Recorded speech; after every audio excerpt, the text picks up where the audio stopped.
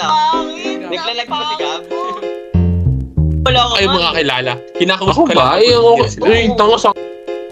Di, Diyan nag-vlog ka. Ay, lag ba ako? Di,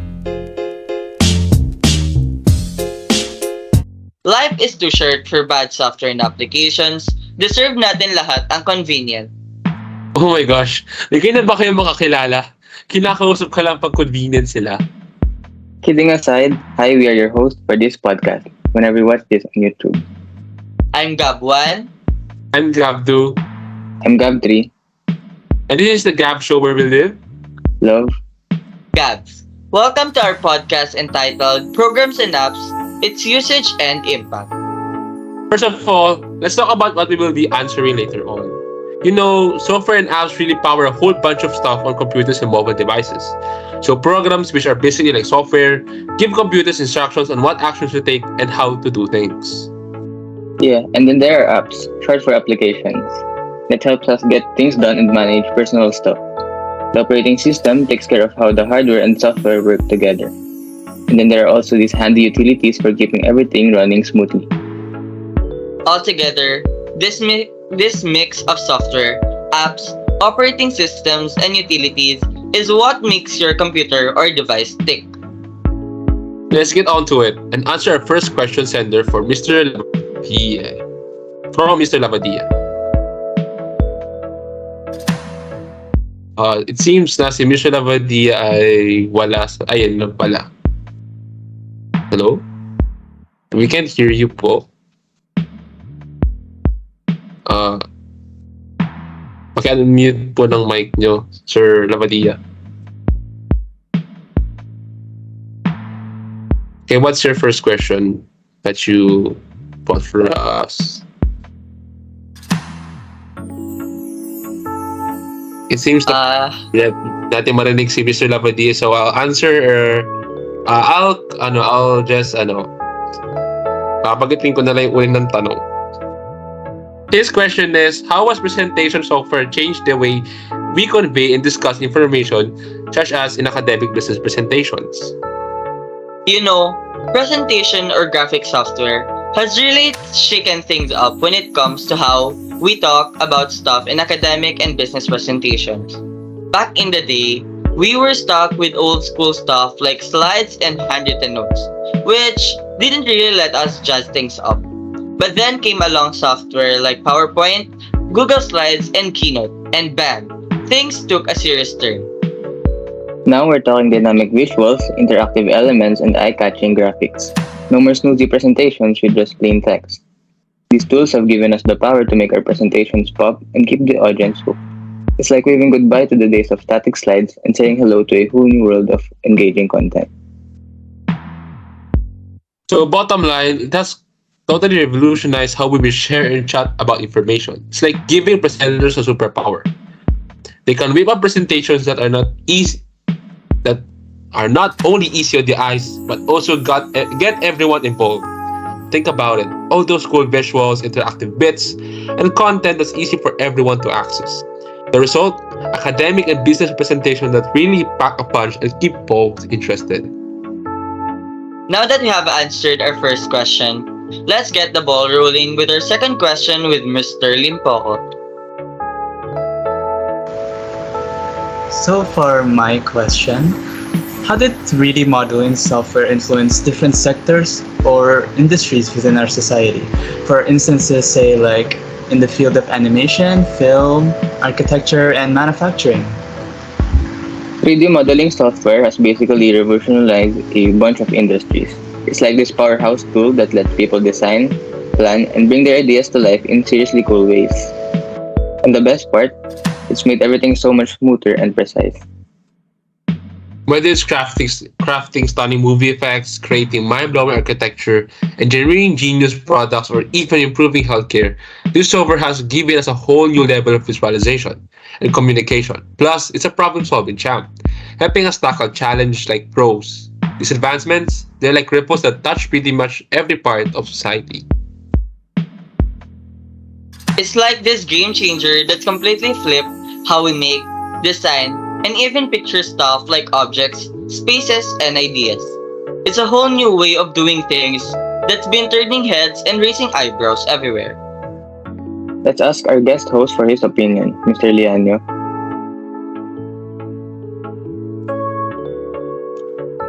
I completely agree with that sentiment on how 3D modeling software revolutionized a bunch of industries, and one of which I would like to share is the gaming industry and how this software affected this sector. Through the use of this software, game devs were able to create an immersive gaming experience for the players through captivating landscape and characters alike, all made possible through the use of 3D modeling software.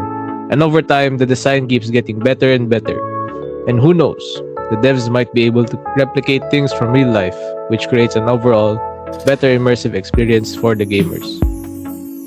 We hope that we answered your question, Mr. Lipoco. For our third guest, let's welcome our question sender from Mr. Mascardo. A question.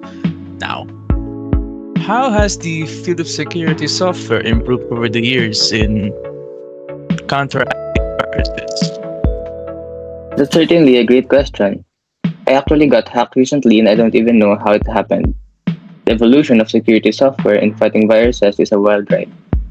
Antivirus programs were like the first line of defense. They'd scan files for known virus signatures, kind of like checking for wanted posters. But viruses got smarter, and bad guys started using sneaky tricks to slip through. So, the security software had to level up, enter heuristic analysis. It's like having a detective with a sixth sense for sketchy behavior. Instead of just matching signatures, these programs started looking for behaviors that screamed virus. This caught a bunch of new threats, but some still got away. Then came behavior-based analysis. Security software began watching programs in action, flagging anything that seems suspicious. It's like having a bouncer who kicks out rowdy party crashers. This worked better, but the bad guys had their ways. But viruses got even craftier. They started using encryption and polymorphism, changing their looks to slip past defenses. So, security software got super adaptive. Machine learning and the AI joined the party, learning from tons of data to spot even the cheekiest viruses. So, long story short, security software went from simple signature checks to a full-on dance with viruses. Using clever techniques like heuristics, behavior analysis, sandboxing, and advanced AI. It's a high-stakes game of cat and mouse that's pushing the envelope in cyber protection. Truly, security software went from simple signature checks to a full-on dance with viruses, as both of these kept on evolving over time. Both of these seem to be neck and neck with each other and trying to one-up another. I remember the times when you used to only log in your account by simply inputting the correct login credentials, and nowadays, there are so many security measures that you have to pass before you get to log in, like biometrics and two-factor authentication, fastphrases, and many more. Let us continue with Mr. Pablo, our fourth guest for this podcast.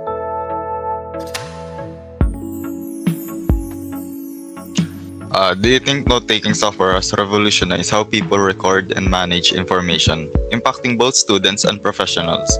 In my experience, in the midst of a team brainstorming, note-taking apps like Microsoft OneNote comes to my rescue, replacing scattered papers and notebooks.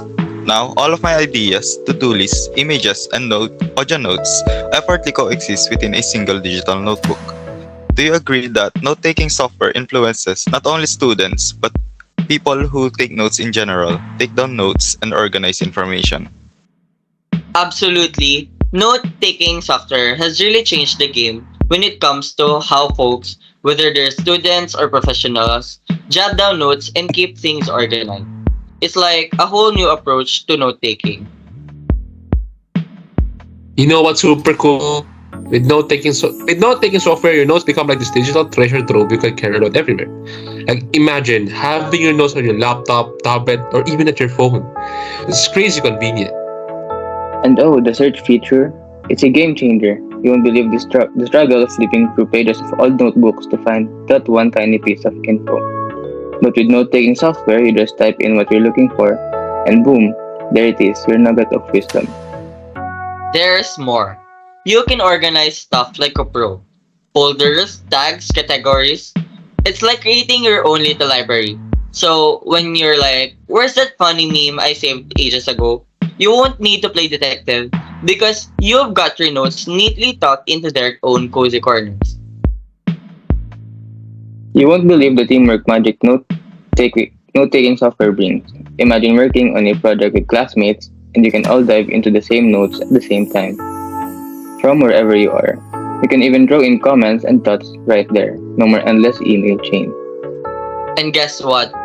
Your notes are like superheroes against disasters. No more coffee spills ruining your hard work. Digital notes stay safe from physical mayhem. Plus, these smart apps play it safe with automatic backups. So, even if your laptop decides to take a vacation, your notes won't disappear into the digital abyss. It's like note taking the steroid. Seriously, this software is like a genie granting wishes for all kinds of note takers. Doesn't matter if you're a super organized planner or free spirited scribbler. There's something awesome here for everyone's note taking style and needs. Note taking on steroids. I must say that's probably the best way to describe note taking software, as yes, it's literally note taking on steroids, as this software has so many features, all the while being convenient and accessible to people who wish to take notes. But personally, I haven't used such software, but I know some people who used to hate taking notes, but after installing apps like Notion and such, I was surprised, as they were completely motivated to take notes after installing such apps. Thank you, Mr. Pabilo. Now let's get on to VPNs. We have Mr. Ramos to ask about this kind of topic. Now, heading on to VPN, which is commonly known as Virtual Private Network. Yes, it might be beneficial for all of us, but it may have its downsides. So, what are the potential negative implications of VPN systems? Like, for example, people can abuse it to stay anonymous while engaging with cybercrimes, such as hacking systems without ever getting caught or detected. You've really nailed something important here. VPNs. You know, those private network things, they've got their perks. But they're not all sunshine and rainbows. There's a flip side to them too. So, with VPNs, there's this tricky side where people might go all sneaky and do illegal stuff like hacking, fraud, or sharing bad stuff. They pull off this disappearing act by hiding their IP addresses. It's like a secret hideout for the not so nice folks. Speaking of hideouts, cybercriminals get cozy in VPN land too. They can set up their shady corporations like spreading malware, while their real identities stay locked behind the VPN's fancy encryption. Then, there's this whole deal with online bullying and bad behavior. VPNs can let people get away with being mean online by covering up their real IP addresses. Makes it tough to catch them in the act. Now, picture this. VPNs can help sneak past rules about accessing certain content, like copyrighted stuff. They can get it for free. That's a headache for artists and the whole entertainment scene. But wait, there's more. You know those content restrictions or bans? VPNs can smash right through them. That might sound cool, but it also means accessing harmful or illegal content that's been blocked for a really good reason. Embrace yourself for spam and phishing. Bad actors can use VPNs to send out junk emails or trick people into giving up info. And the best part, they're like ghosts. You can trace them easily. See, while VPNs have their benefits, they can turn into quite the playground for mischief if it's not used the right way. Totally. Gotta clear this up. The downsides we're talking about don't come built in with VPNs themselves. It's more about how people use them. So, the trick is to be smart and responsible when you're using a VPN. Following the rules and playing nice can go a long way in making sure these issues don't blow up. It's like anything, really. If you use a tool properly and keep in mind that the whole legal and ethical stuff, you're setting yourself up for the good side of things. VPNs are all about keeping your privacy and security in check. So let's make sure that's what they actually do.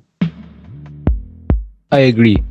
We really have to make sure that's what they actually do, and we truly need to keep in mind the whole legal and ethical stuff that comes while using VPNs, as you can definitely abuse it. For instance, you can use it to pirate games and movies. Now, since people don't want the FBI showing up on their doorstep, people use VPNs to scramble their connection so that their current location doesn't match what it says in their IP addresses. I'm sure we all have tried pirating something from the internet, and it's okay. Probably. Just make sure you don't get caught. So just use VPNs responsibly. Well, as much as I agree with that, I have an experience that I gotta share in regards to VPN. So there was this instance when my friends and I were messing about with a lot of websites. We were daring each other to visit shady and suspicious websites that were beyond our knowledge. My friend then suggested that we search for that one item that wasn't available in authorized web shops or markets. I believe it was a brake caliper, a part for an automobile. We were looking for cheap knockoffs because we were running low on money at the time. The browser stopped us from entering the site and said that the site had malicious contents and malware. Well, out of the adrenaline and fun that we had, we still carried on and used a VPN in order to access the website. Despite the benefits of VPNs in providing secure and quick access to a wide range of websites and networks, this one surprised us. We went on to check the item that we were seeking for after entering the site. The computer then shut down as soon as we saw the brake calipers. This was a very unexpected turning point for all of us because it was our first time doing anything beyond our understanding and ability. Second, we weren't sure what we were doing or accessing. And third, that wasn't really our computer. This really goes to demonstrate how a VPN can be a two-edged sword, providing all the benefits but at the same time also posing dangers and risks. Thank you, Mr. Ramos, for asking and sharing your experience with us. Sadly, we are nearing the end of this podcast.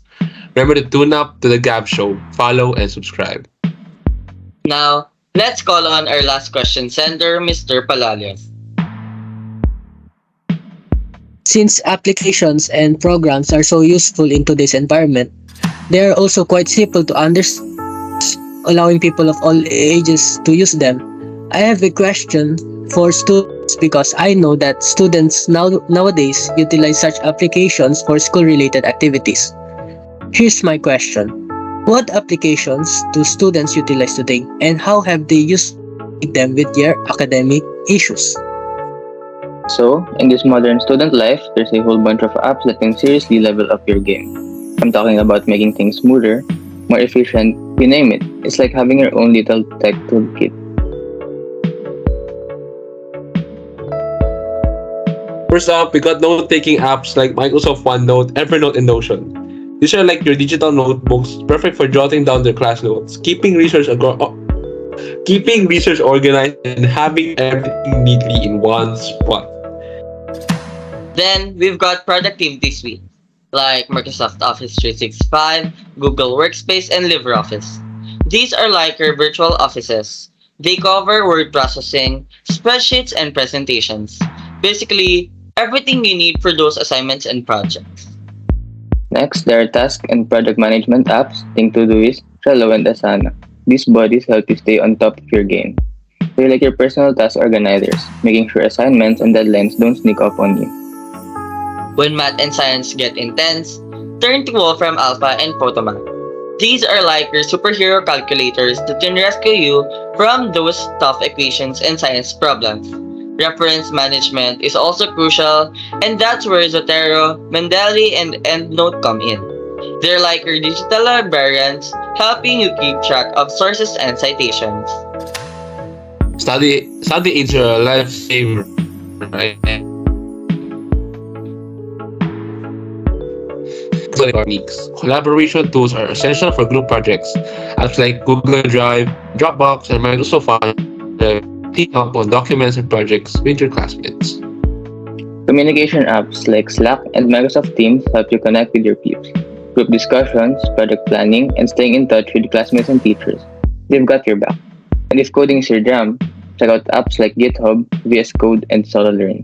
They're like your coding sidekicks, helping you dive into the world of programming. There's a whole app universe out there for students, so pick the ones that fit your style and needs. It's like assembling your very own tech toolbox. Don't go overboard with app frenzy. It's like that feeling when you load up your plate at a buffet and then realize you can't finish it all. Instead, be savvy and pick the apps that really vibe with what you need. They should be like your study buddies, helping you keep your cool, stay on track, and rock those studies. As they say, quality over quantity. That's all for today. Thank you for tuning in. Again, this is the Gab Show, where we Live love Gabs.